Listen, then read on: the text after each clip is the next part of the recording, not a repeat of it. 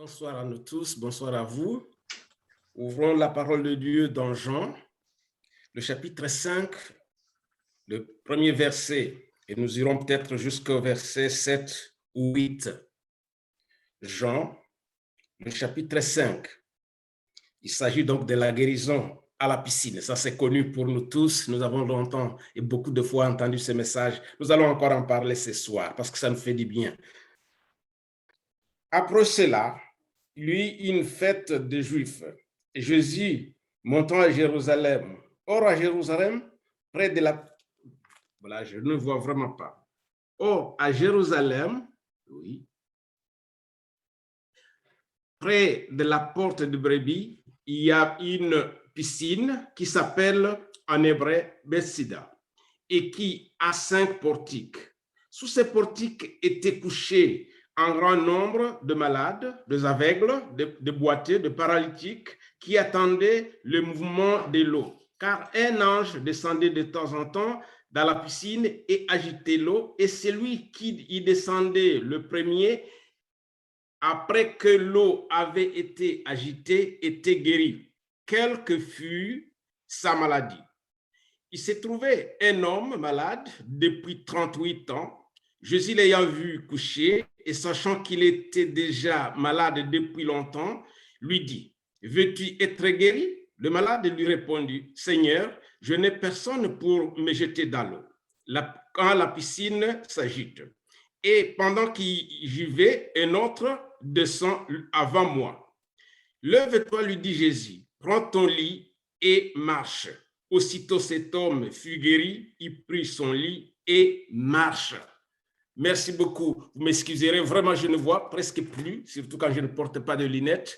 Mais le texte, il est dans Jean, le chapitre 5, le verset 1 jusqu'au verset 8. Ce soir, je suis vraiment plein de joie. Je ne sais pas pourquoi. Peut-être parce que j'ai pris un peu de temps pour prier. Je ne m'en doute pas, ça doit être cela, parce que le fruit de la prière, ça donne la joie. Ce qui me fait d'ailleurs que je peux dire que je suis même un peu pris par l'émotion. Parce que l'émotion, pas parce que je pleure pour un malheur, mais je peux pleurer pour la joie, parce que je suis dans la joie. C'est pourquoi j'aimerais dire à chacun, si j'avais la possibilité de le faire, que le Seigneur vous bénisse tous qui êtes connectés ce soir, et même peut-être ceux-là qui vont entendre ce message, qu'ils soient bénis au nom de Jésus. Soyez donc bénis, chers frères et sœurs, vous qui êtes avec nous ce soir. Le titre de message de ce soir, c'est « Lève-toi et marche ». Lève-toi et marche. C'est ce que nous venons de lire donc dans la parole de Dieu. Lève-toi et marche, ça peut être un conseil. Lève-toi et marche, ça peut être un ordre ou un commandement. Lève-toi et marche, ça peut être un appel au secours.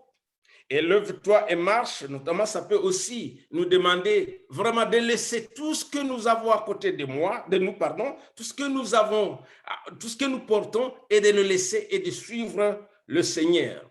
Ce soir, Dieu voudrait que nous oublions un peu le passé, les lits que nous avions portés, les lits sur lesquels nous étions longtemps dormis, qu'on les oublie un peu pour faire autre chose, pour entrer dans une nouvelle vie qui sert pour servir le Seigneur.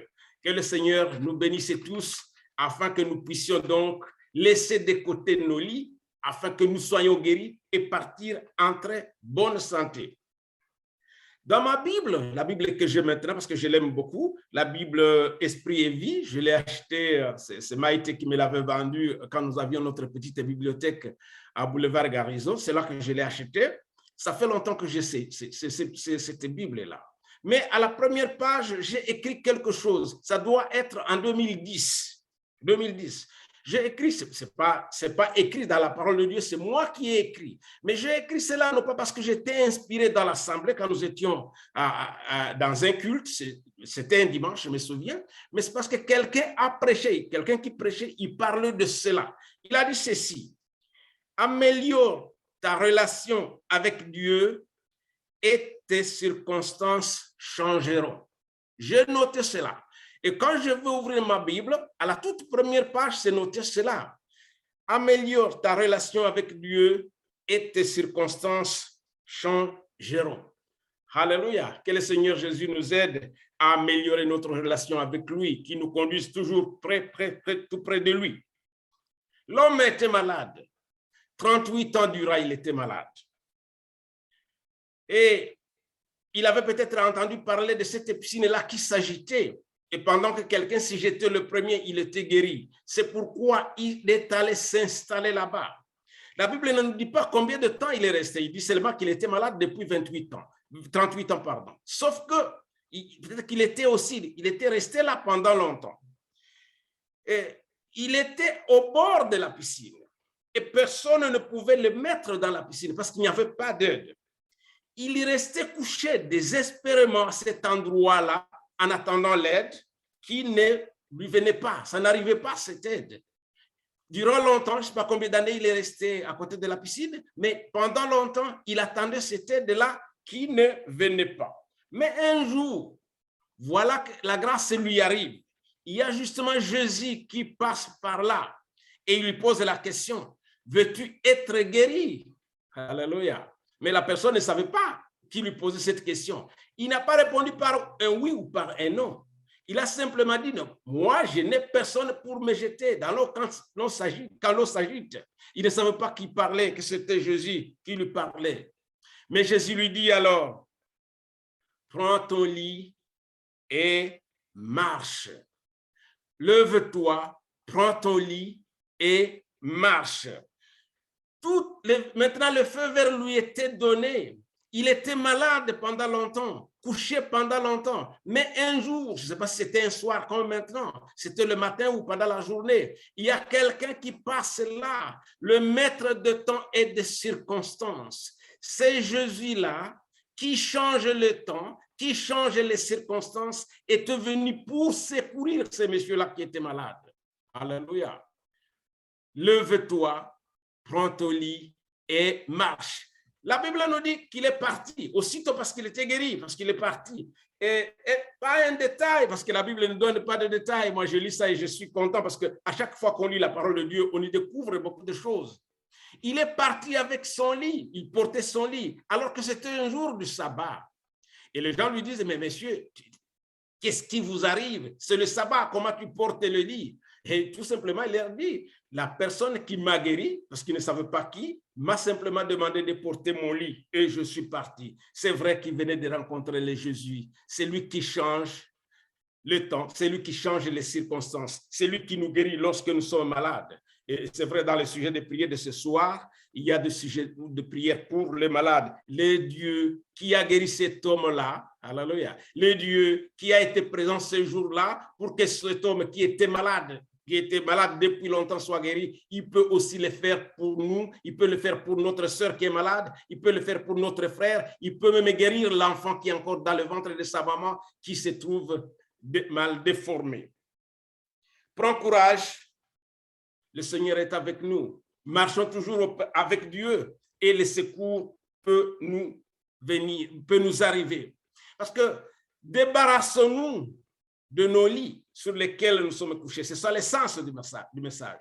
Débarrassons-nous du lit dans lequel nous sommes couchés. Ça peut être longtemps qu'on est couché dans son lit, dans son confort, comme quelqu'un le disait encore, je crois que c'est un dimanche, je ne sais pas si c'est Gérald ou si c'est Samuel, mais peut-être ça peut être dans notre confort, mais débarrassons-nous de ce confort-là afin de nous lever. Lèvons-nous à la rencontre de Jésus. Lèvons-nous à la rencontre de celui qui nous guérit. Enlevez donc cet handicap qui nous empêche d'aller de l'avant. Parce que c'est justement ce Jésus-là qui a guéri ces malades qui peut le faire pour nous aussi ce soir. Et Jésus, il est capable de transformer nos situations difficiles à un bonheur. Les situations qui nous handicapent aujourd'hui, Dieu est capable de les transformer en bonheur. Lève-toi, ça peut être un message.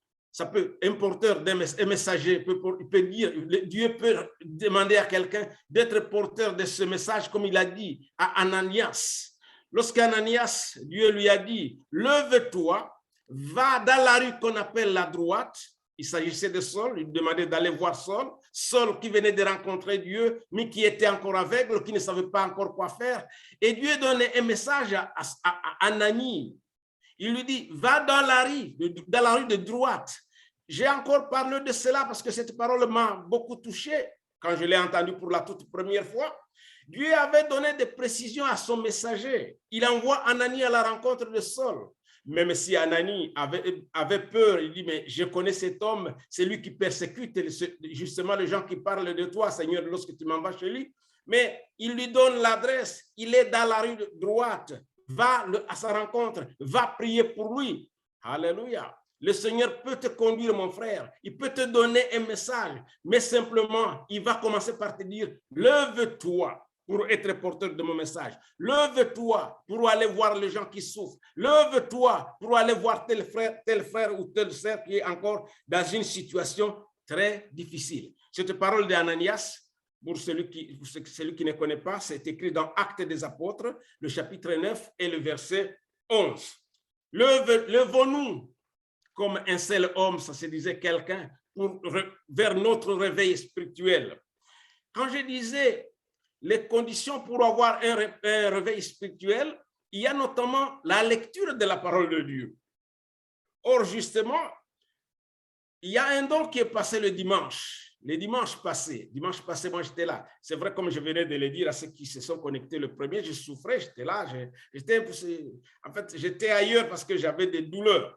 Mais quand même, je suivis certaines choses. Et il y avait un don qui demandait à quelqu'un de notre assemblée, certainement, il disait, mais arrête un peu le temps que tu passes dans les réseaux sociaux pour vous occuper un peu de la lecture de la parole de Dieu. Ça, c'est venu le dimanche. Et je suis sûr que c'est Dieu qui a parlé parce qu'il ne ment pas. Il est fidèle. Il nous connaît tous. Il connaît mon handicap à moi. Il connaît les lits sur lesquels je suis couché. Il connaît mes difficultés. Et il demande, est-ce qu'on peut arrêter certaines choses pour s'occuper de la parole de Dieu, pour lire la parole de Dieu? La parole de Dieu nous aide à nous relever. C'est une sorte d'escabeau. Ça nous aide à aller plus haut, à monter quelques marches. Je sais bien que pour faire le toit d'une maison, les gens qui les font, ils ont besoin des escabeaux, ils ont besoin de monter plus haut. Et pour nous aussi, pour monter plus haut, il nous faut cet escabeau-là. C'est la parole de Dieu. Mais pour y arriver, il faut d'abord qu'on soit levé. Lève-toi pour la méditation de la parole de Dieu. Lève-toi pour lire la parole de Dieu. Lève-toi pour faire cela. Et le Seigneur te donnera la force de le faire. Que le Seigneur nous bénisse.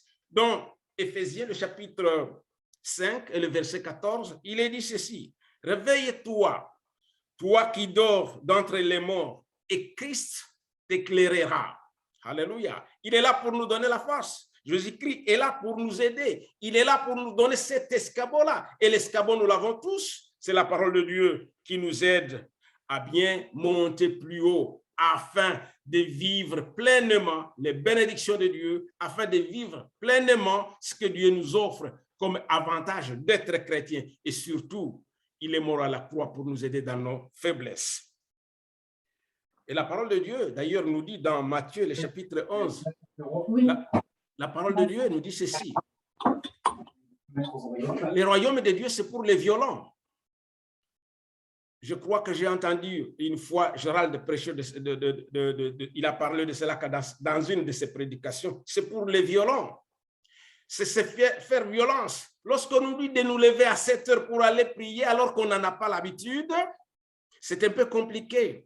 C'est vrai, je le reconnais, c'est un peu compliqué. Et d'ailleurs, moi, le lundi, parce que je n'étais pas là, parce que je me suis encore endormi, j'étais debout à 4 heures, mais à 6 heures, je me suis endormi. Et puis voilà, à 8 heures, là, le sommeil est passé, mais finalement, c'était passé. Lèvons-nous tôt pour prier. Ça peut paraître comme un détail, mais ceci conduit à la croissance de l'Église. Lorsqu'on prend l'habitude de changer ce qu'on avait comme confort, et qu'on le change à autre chose, c'est vrai, et cela change nos circonstances. Le royaume de Dieu, c'est pour ceux qui se font violence. Et d'ailleurs, Paul dit qu'il a combattu les beaux combats. Et oui, c'est un combat. C'est donc quelque chose de difficile à faire. C'est pas vraiment facile de vivre la vie que nous menons, la vie de suivre Jésus. Il y a des choses pour lesquelles nous nous abstenions. Et d'ailleurs, la Bible nous dit pour certains péchés qu'il faut tout simplement les fuir. Il faut aller loin. Et la Bible nous dit encore que ne vivons pas donc ce qui est de ce siècle. Nous pouvons être de ce siècle, mais ne pas vivre ce qui est de ce siècle. J'ai combattu le bon combat, c'est dans 2 Timothée, le chapitre 7 et le chapitre 4, pardon, et le verset 7. Donc, je parlais tout à l'heure du réveil spirituel, parce que la patience dans la prière nous aide à vivre le réveil spirituel. Quand je réfléchissais sur le réveil spirituel, je me suis dit, le réveil spirituel brise la timidité. Oui, ça brise la timidité. Parce que ce qui est arrivé d'ailleurs aux disciples, même ceux-là qui ne parlaient pas, ils ont commencé à être de très, très bons prédicateurs. Ça nous aide à parler aux hommes.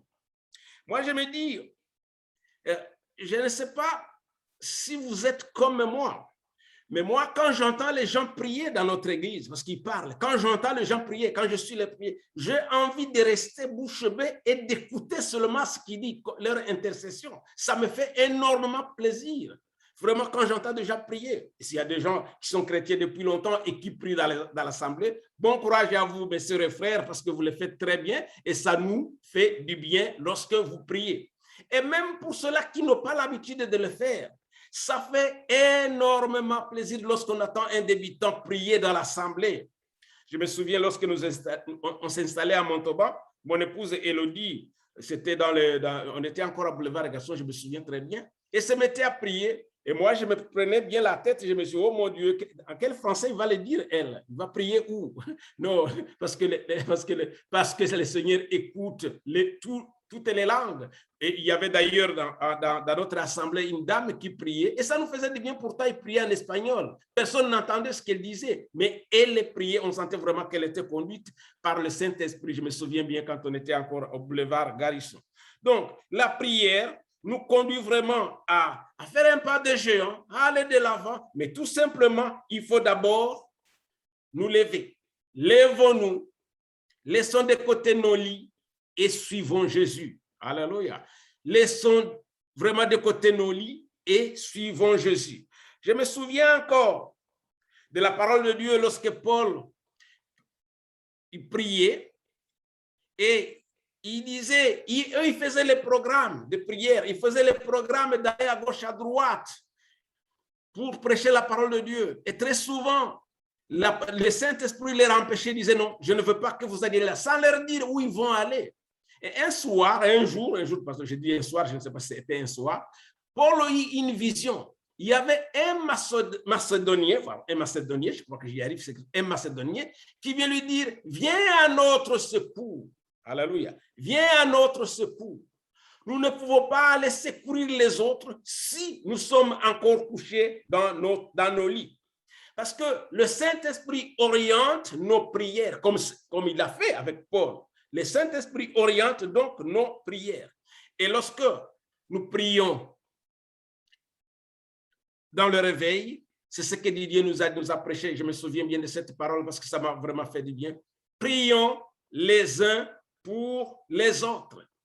Prions les uns pour les autres. L'exemple que je peux donner, c'est ces hommes-là qui ont porté quelqu'un lorsqu'ils l'ont amené devant Jésus pour qu'il puisse le guérir. Il n'y avait pas de place. Ils ont cassé le toit, ils ont enlevé les tuiles pour faire descendre les malades auprès de Jésus qui était dans la maison. C'était des amis, c'était des frères qui portaient celui-là. Et nous avons le devoir, nous avons le devoir de nous porter les uns et les autres dans la prière. Prions les uns pour les autres. Les gens qui sont à Nègrepelisse, à Saint-Étienne, ont besoin de nos prières. Notre sœur Séverine, qui est quelque part, je ne sais où, ça me fait très, très mal, elle a besoin de notre secours, le secours de Jésus. Mais c'est à nous de dire à Jésus que nous avons encore besoin parmi nous de notre sœur. Vraiment, c'est ça. Allons secourir ceux qui souffrent, surtout ceux-là que nous connaissons. Nous prions aussi ce soir pour d'autres. D'ailleurs, il y a des actions de grâce. Gloire à Dieu. Ceux-là qui ont été guéris, nous rendons grâce à Dieu. Et même pour notre sœur Séverine qui est encore malade, le Seigneur de Dieu peut les guérir. L'Église, prions les uns pour les autres. C'est ce qui s'est passé lorsque Pierre était en prison. Alléluia. Ceci est écrit dans Actes des Apôtres, le chapitre 12, le verset 1 à 11. Pierre était en prison. Et du coup, l'ange de Dieu vient lui dire, lève-toi promptement. Alléluia. Prends tes sandales et ta ceinture et mets même ton manteau pour sortir parce que Dieu lui préparait à sortir. L'ange lui préparait à quitter la prison. Et les gens qui étaient réunis quelque part, qui priaient pour eux, ils n'en revenaient pas lorsque Pierre a toqué à la porte pour dire, et la jeune femme qui est allée ouvrir, il a tout simplement dit, peut-être que c'est son démon, je ne sais pas si c'est son esprit, il ne reconnaît pas. Il entendait que c'est la voix de Pierre, mais ne croyait pas que c'était Pierre. Pourtant, il était bien délivré. C'était lui qui était là. Lève-toi promptement, lui dit l'ange. Lève-toi promptement parce que Dieu, le Seigneur avait préparé les chemins pour lui faire sortir de la prison où il était gardé. Nos prières, Dieu les entend. Nos prières pour les uns et les autres, comme le pasteur nous l'a dit l'autre jour, Dieu entend nos prières. Prions les uns pour les autres et Dieu nous fera du bien. Dieu guérira le malade et Dieu nous aidera à aller de l'avant. Simplement, qu'on laisse de côté nos lits, qu'on suive le Seigneur. Je me souviens encore de cette demande de Rebecca qui dit à Jacob, son fils, parce que lève-toi d'ici, ça peut aussi secourir de quelqu'un qui est en danger. Rebecca qui a dit à son fils, j'ai entendu les discours de ton frère, il veut te faire du mal, il veut te tuer.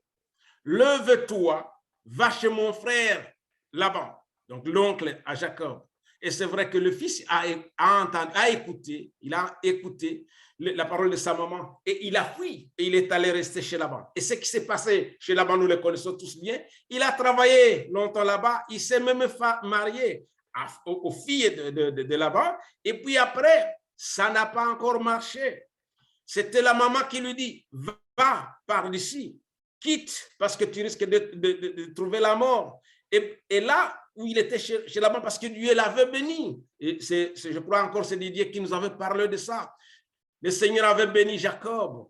Il lui dit, quand Laban, qui payait très mal, parce que la parole de Dieu nous dit que Jacob s'est lamenté, il disait à ses femmes, de 2 femmes, que son beau-père avait changé 10 fois son salaire. Il avait changé 10 fois son salaire.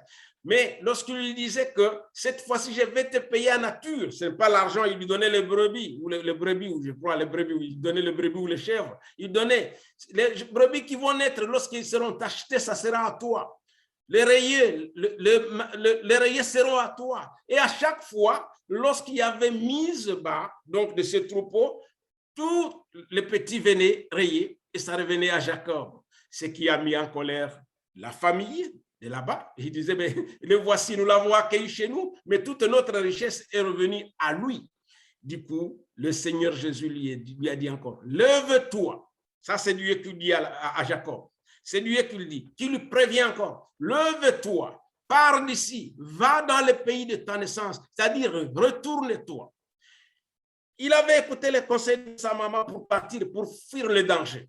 Et encore le danger le trouve là où il était, où il travaillait. Il lui dit encore le Dieu, parce que ce n'est plus la maman qui parle, c'est Dieu qui remplace la maman, parce que la maman n'était plus là. Dieu remplace la maman de Jacob et Dieu vient lui dire, lève-toi, pars, va dans le pays de ta naissance. Le Seigneur Dieu nous dit ce soir, prends ton lit et marche.